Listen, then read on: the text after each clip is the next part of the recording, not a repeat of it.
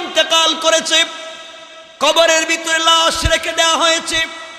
মনে রাখবেন, আপনি যে কোনো টাইম ইন্তেকাল করেন, যে কোনো সময় আপনার লাশকে কবরে রেখে দেয়া হোক, সব সময় টাইম হবে আসরের টাইম।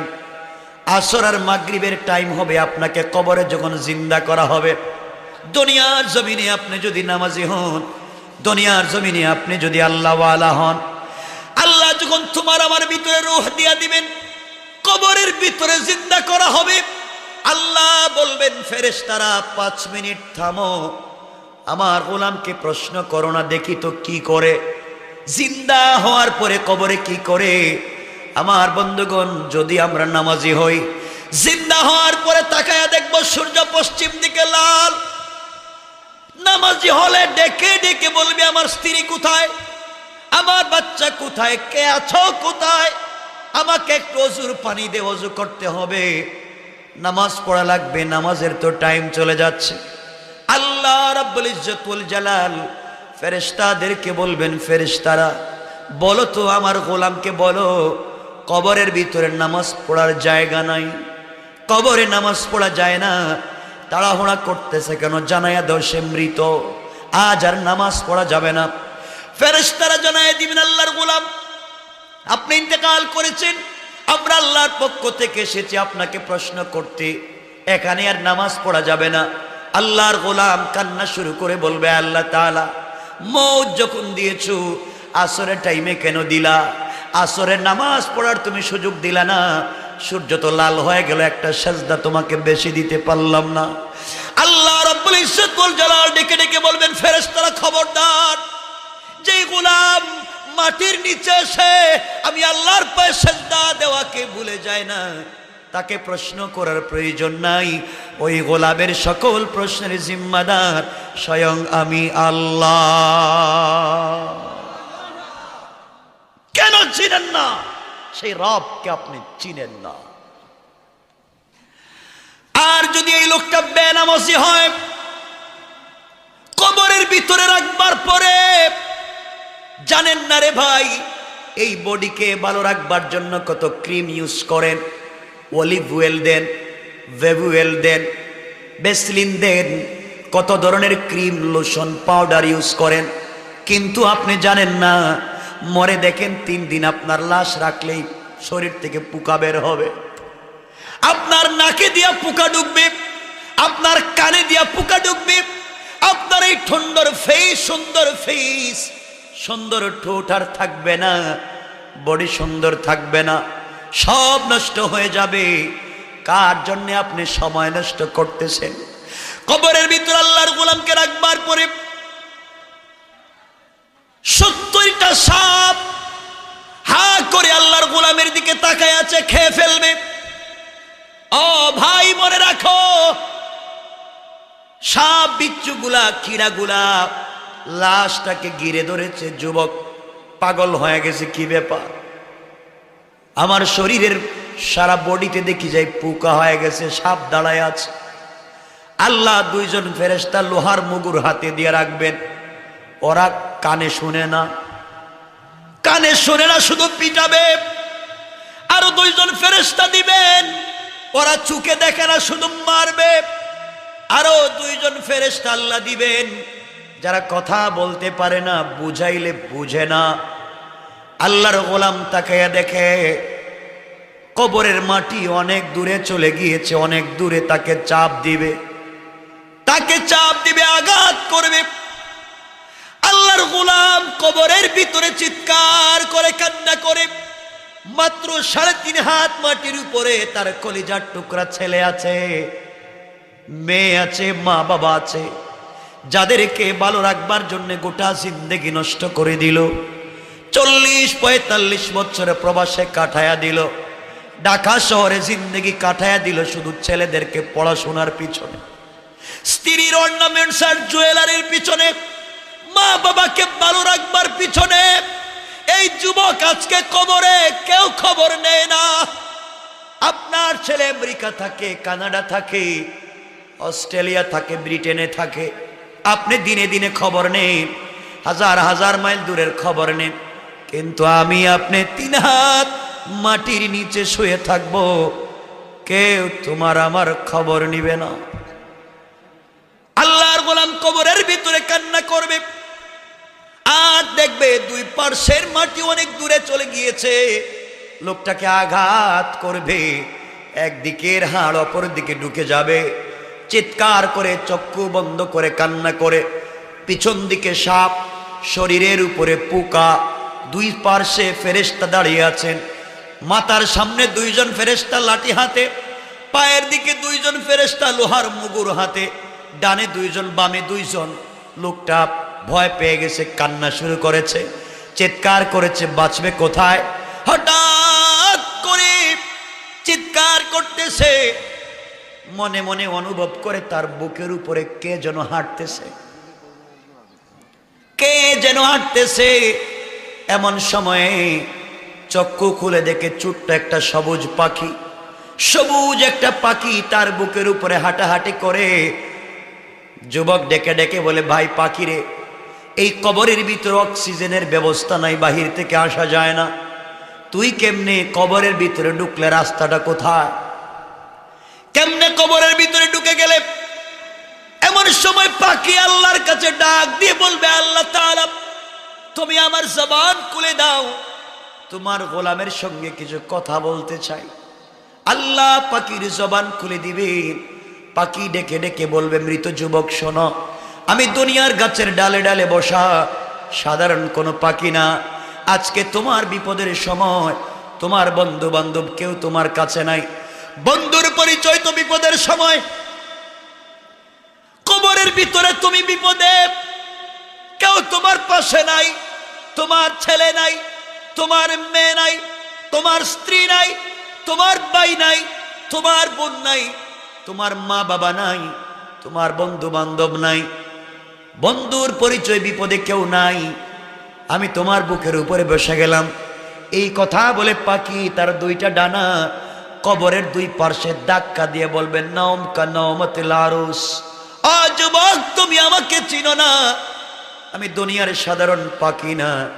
তুমি যত অন্যায় করো না কেন, তুমি যে প্রতি রাত্রে ঘুমাবার আগে সূরা মুলক তিলাওয়াত করে ঘুমিয়ে যেতে, আল্লাহর কালামের একটা ছোট্ট সূরা, সূরা আল মুলক, তাবারাকাল্লাযী সূরা তুমি তিলাওয়াত করে ঘুমিয়ে যেতে, আজ বিপদের দিনে আমার আল্লাহ কোরআনের এই সূরা মুলকটাকে পাখির সূরত ধরায়া তোমার বুকের উপরে বসাইয়া দিয়েছে। আমি 2টা আমার ডানা কবরের 2 পারে রেখে দিলাম, তুমি ঘুমাও আমার ডানার নিচে, কিয়ামত পর্যন্ত কেউ তোমাকে আঘাত আর আযাব দিতে পারবে না।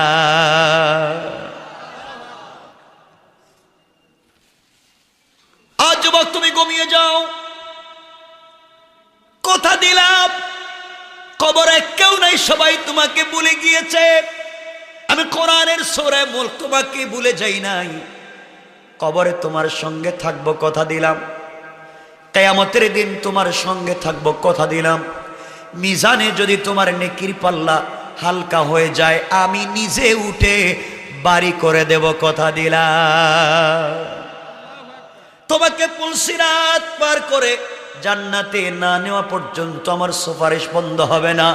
এই কোরআন কিয়ামতের দিনে আল্লাহর কাছে ডেকে ডেকে বলবে, আল্লাহ এই লোকটাকে তুমি জাহান্নামী বলে ফয়সালা করে দিয়েছো, কিন্তু লোকটা তো আমাকে রাত্রবেলা তেলাওয়াত করতো, তুমি বলো আমি কোরআন কি তোমার কালাম না, তুমি কি পড়ো নাই? আল্লাহ ওই দিন আমাকে অস্বীকার করতে পারবেন না। আমি বলবো, আল্লাহ তুমি যদি আমাকে অস্বীকার করতে না পারো, আমি কথা দিলাম, কথা দিলাম, তুমি যতক্ষণ পর্যন্ত এই লোকটাকে জান্নাতে দিবা না, আমি কোরআন সুপারিশ বন্ধ করে দিব না। সুবহানাল্লাহ, ওয়াজ করে বলেন। আমার নবীজি আয়েশাকে বলেছেন, আমার মা আয়েশাকে বলেছেন, আয়েশা রে কিয়ামতের দিনে কেমন কন্ডিশন হবে তুমি জানো না? সকল মানুষ তো কবর থেকে উলঙ্গ হয়ে উঠবে। আয়েশা ডেকে বলেন, ইয়া রাসূলুল্লাহ, কবর থেকে মানুষ উলঙ্গ হয়ে উঠবে, আমরাও কি? মানুষ কি আমাদের দিকে তাকাবে না? মনোযোগ দিয়ে শুনেন, দিলে কথাগুলো বসায়া দিতে চাচ্ছি। আল্লাহ নবী জবাব দিলেন, আয়েশা রে কেউ একজন আরেকজনের দিকে তাকাবে, দূরের কথা, নিজের দিকে তাকাবার সময় নাই। ওই কথা বলে আমার নবী বলেন, আয়েশা, একজন পয়গম্বরের নাম মুসা কালিমুল্লাহ, যেই মুসা আল্লাহর সঙ্গে কথা বলেছেন, কিয়ামতের দিনে ওই মুসা পয়গম্বর আল্লাহর আরশে আজিমের পিলারে ধরে কান্না করে বলবেন, আল্লাহ লা আসআলুকা উম্মতি, এই কিয়ামতের দিনে তোমার পায়ে ধরে কোনো উম্মত চাই না, ওয়ালা আবি ওয়ালা উম্মি, আমার মা চা বাবাকে চাই না, সন্তান সন্ততিকে চাই না, আল্লাহ আসআলুকা নফসি নফসি নফসি। মুসা বলবেন, আল্লাহ আমাকে বাঁচাও, আমাকে বাঁচাও, আমাকে বাঁচাও। ওই দিন আমরা দৌড়ে যাব বাবা আদম সফিউল্লাহর কাছে। আদম সফিউল্লাহ বলবেন, মাফ চাই, আজকের দিনে আল্লাহর সঙ্গে কথা বলার পাওয়ার আমার নাই। আমরা যাব ইব্রাহিম খলিলুল্লাহর কাছে, বাবা আপনি একটু কথা বলেন। ইব্রাহিম বলবেন, আমিও পারবো না, আমি যাব না আল্লাহর কাছে। আমরা যাব মুসা কালিমুল্লাহর কাছে, তিনি বলবেন পারবো না। আমরা যাব হিজকিলের কাছে, ইউশা ইবনে নুনের কাছে, জাকারিয়ার কাছে, ইউসুফের কাছে, ইয়াকুবের কাছে, কেউ তোমাকে আমাকে সাপোর্ট দিবে না। ঈসা আলাইহিস সালামের কাছে যাওয়ার পরে ঈসা বলবেন, কিয়ামতের মাঠে দৌড়াইয়া লাভ নাই, আজকের দিনে কেউ তোমাকে সাপোর্ট দিবে না, সহযোগিতা করবে না। খুঁজে দেখো কিয়ামতের মাঠে, খুঁজে দেখো বিশ্ব নবী আখেরি জামানার পয়গম্বর কোথায়। এই নবীরে খুঁজো, দেখো উনি কোথায় আছে। পাগলের মতো দৌড়ে সেই নবীর কাছে যাব। সেই নবী মাকামে মাহমুদে পড়ে আল্লাহকে ডাক দিয়া বলবেন, আল্লাহ আমনি মাথা উঠাবো না, আগে তুমি বলো কিয়ামতের মাঠে বিচার কার্য শুরু করো না কেন? আল্লাহ বলবেন, বন্ধুরে মাথা উঠাও, মাথা উঠাও, মাথা উঠাও। নবীজি বলবেন, আল্লাহ মাথা উঠাবো এক শর্তে, তুমি আগে বলো আমার উম্মতের কি হালত হবে। কেমনে ভুলে যাও সেই রাসূলকে? হঠাৎ করে বিশ্ব নবীর মনে পড়বে, আমার উম্মতেরা কোথায় আছে না জানি, পানির তৃষ্ণায় মরে যায়। দৌড়াইয়া সেই নবী আসবেন, হাউজে কাউসারের পারে এসে দেখবেন তোমার আমার জিহ্বা বের হয়ে আছে। নবীজি বলবেন, উম্মত আয় রে, আমার কাছে আয়, এক গ্লাস হাউজে কাউসার পান কর। নবীজি নিজের হাতে পান করাইয়া বলবেন, যা রে যা, জান্নাতে না যাওয়া পর্যন্ত যদি 1 কোটি বছর চলে যায় আর কোনোদিন তৃষ্ণা লাগবে না।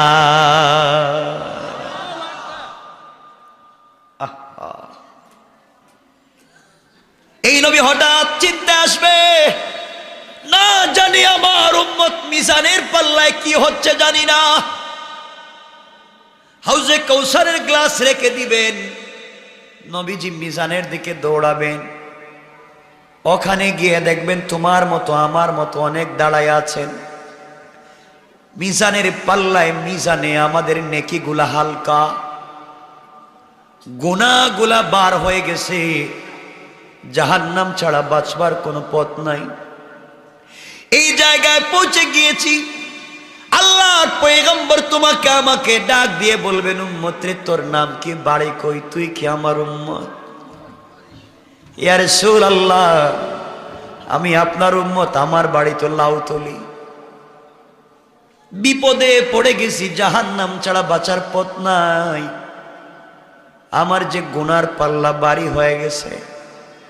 নবীজি বলবেন, গোলাম উম্মত কান্দিস না, দাঁড়াইয়া থাক, আমি আসতেছি। এই কথা বলে আমার নবী কিয়ামতের মাঠে দৌড়াবেন।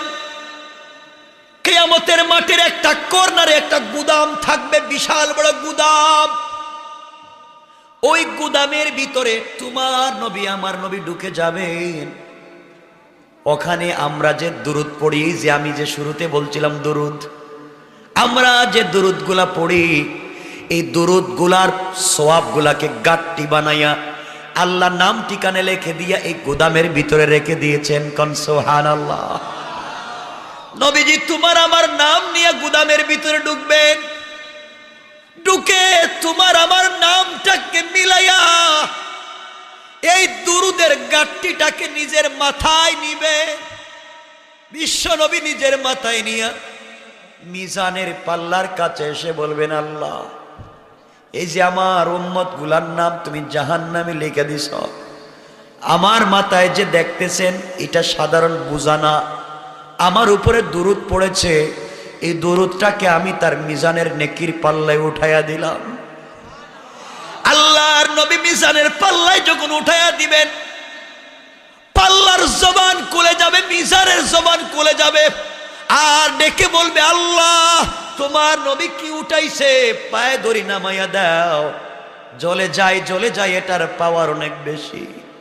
আল্লাহ বলবেন, বন্ধুরে নামাইয়া দাও, আমি কথা দিলাম তোমার উম্মতের নামটা জাহান্নামের লিস্ট থেকে কেটে দিয়া জান্নাতের লিস্টে ঢুকাইয়া দিলাম। সেই নবীরে কেন ছিল না?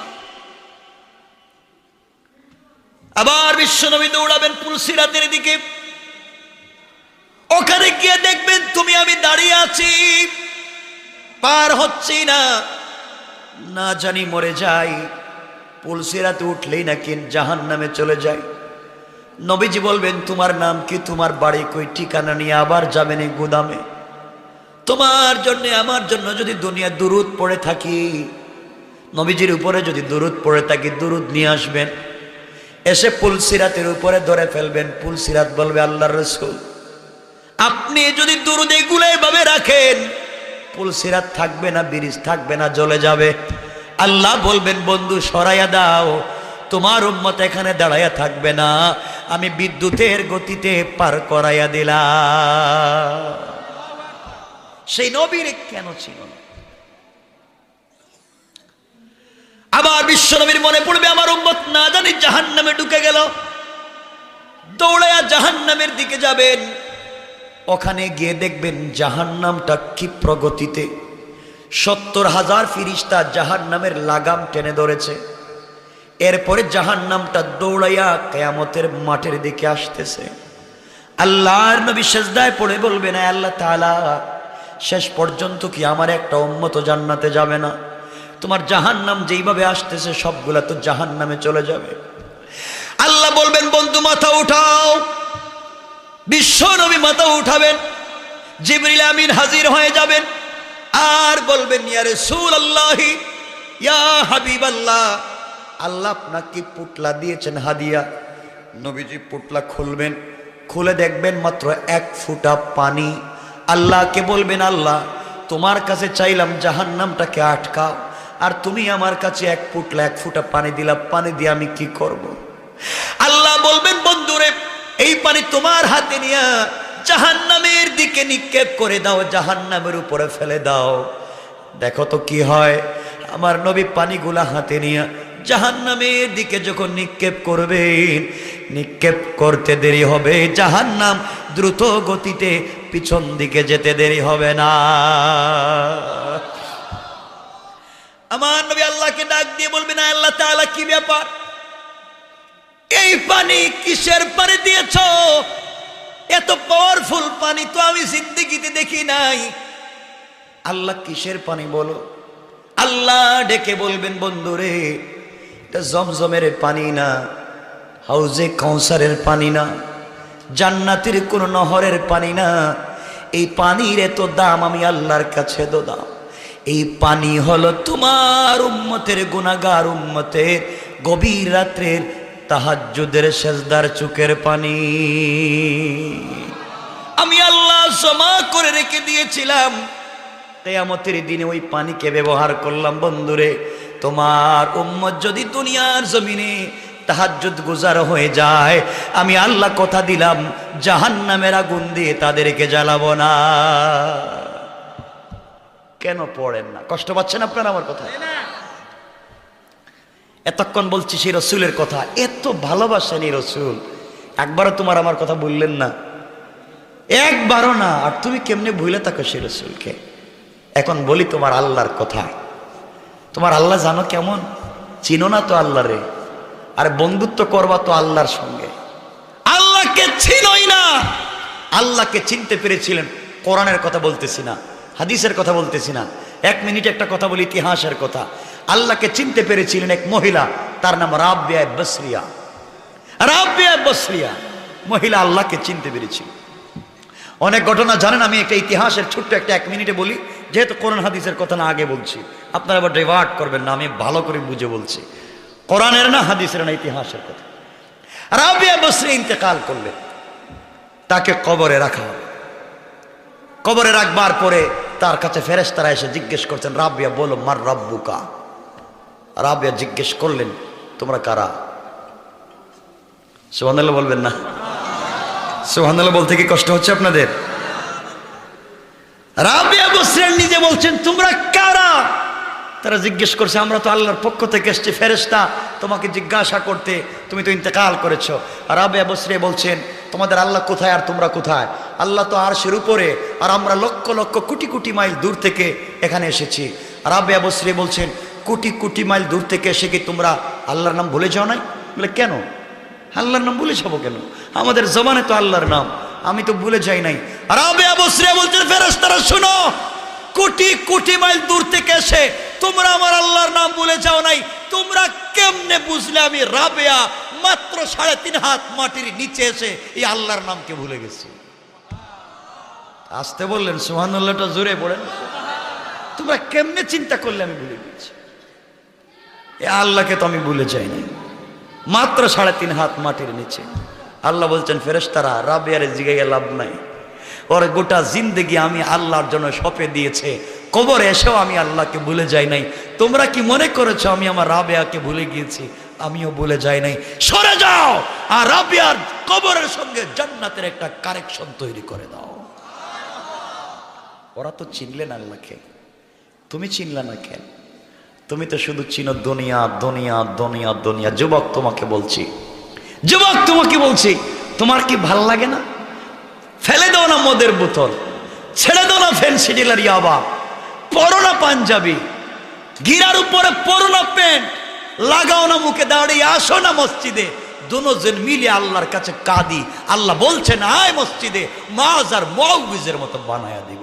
আল্লাহু আকবার পড়েন। আপনি তো পারেন না আসতে মসজিদে। আল্লাহ বলছেন, গোলাম তুই জানিস আমি সব বানাইছি। আরশ বানাইছি কোন? ফায়াকুন। জান্নাত বানাইছি কোন? ফায়াকুন। আসমান জমিন লৌহ কলম চন্দ্র সূর্য যা বানাইছি কোন? ফায়াকুন। বলছি হয়ে যাও, হয়ে গেছে, হাত লাগাই নাই। কিন্তু গোলাম তোকে বানাইছি আমার নিজের হাত দিয়া। সুবহানাল্লাহ বলেন না? সুবহানাল্লাহ আরো জোরে বলেন না? সুবহানাল্লাহ। গোলাম তোকে তো আমার হাত দিয়ে বানাইছি। এরপর আল্লাহ বলছেন, গোলাম আমার কাছে জান্নাতুল ফিরদাউস আছে, আমার ভাল লাগে না। আমার কাছে সিদরাতুল মুনতাহা আছে, আমার ভাল লাগে না। আমার কাছে আরশ কুরসি আছে, আমার ভাল লাগে না। আমার কাছে জিবরাইল মিকাইল ইসরাফিল বৈশা থাকে, আমার ভাল লাগে না। আমার ভাল লাগে না। আমার ভাল লাগে কোথায় জানিস? গভীর রাত্রে যখন তুই ঘুম থেকে উঠে তাহাজ্জুদের সিজদায় পড়ে যাস, তখন আমি আল্লাহ আরশে আজিমে থাকি না, আমি তোর ঘরের দরজায় পৌঁছে যাই। কারণ গোলাম জানিস আমি তোর সাথে প্রেম করেছি। প্রেম, তোর সাথে প্রেম করেছি। আসলে ব্যাখ্যাটা বুঝেন না তো আপনারা। যে যার সাথে প্রেম করে, যে যার সাথে সম্পর্ক, দেখবেন সে তার সাথে একাকিত্বে অন্ধকারে একা একা, কাউকে বুঝতে দেয় না, সে কথা বলে, ঠিক না? এই জন্য পার্কে যায়, জঙ্গলে যায়, যেখানে মন চায় সেখানে ছেলে মেয়েরা যায়। কেন? তার সাথে তার প্রেম। সে একা একা কথা বলতে চায়, মা বাপকে জানতে দেয় না। আল্লাহ বলছেন, গোলাম জানিস আমি আল্লাহ তোর সাথে প্রেম করেছি, তোকে ছাড়া আমার ভাল লাগে না। এই জন্য আমি আল্লাহ রাত্রে ঘুমাই না। লা তাখুযুহু সিনাতুন ওয়ালা নাওম। তুই কখন ঘুম থেকে উঠে আমাকে ডাক দিয়ে বলবে সুবহান রাব্বিয়াল আলা, আমি সাথে সাথে মিন হাবলিল ওয়ারিদ, গলার রগের চাইতে তোর কাছে পৌঁছে যাই, কাছে কাছে। আপনি তো বুঝেন না, সে আল্লাহকে চিনেন না। সে আল্লাহকে চিনেন, জিন্দেগি কামিয়াব। আল্লাহ বলছেন গোলাম আমি ঘুমাই না, গভীর রাত্রে ঘুমাই না, একমাত্র তোর অপেক্ষায় থাকি। গোটা জিন্দেগি গুনাহ করছ, একটা বার দেখি আমাকে ডাকে কিনা। গোলাম গভীর রাত্রে তুই যখন সিজদায় পড়ে বলিস সুবহান, আমি ফেরেশতাদেরকে বলি ও ফেরেশতারা ও গোলামটা কি কয়? ফেরেশতারা বলতেছে আল্লাহ তাআলা গোলাম সিজদায় পড়ে বলছে সুবহানা, তুমি নাকি সুবহান পবিত্র। ফেরেশতাদেরকে আল্লাহ বলছেন ফেরেশতারা বলো গোলাম কি আমারে দেখছে? কো দেখে নাই। আল্লাহ বললেন ফেরেশতারা যেই গোলাম আমাকে না দেখে সুবহান বলে আমাকে পবিত্র বলেছে, সাব্বাহতানি আমি আল্লাহ পবিত্র, আর গোলাম আমাকে সুবহান বলার কারণে আমি আল্লাহ বললাম সাব্বাহতুকা, তোমাকেও আমি আল্লাহ পবিত্র বানাইয়া দিলাম। কোন সুবহানাল্লাহ।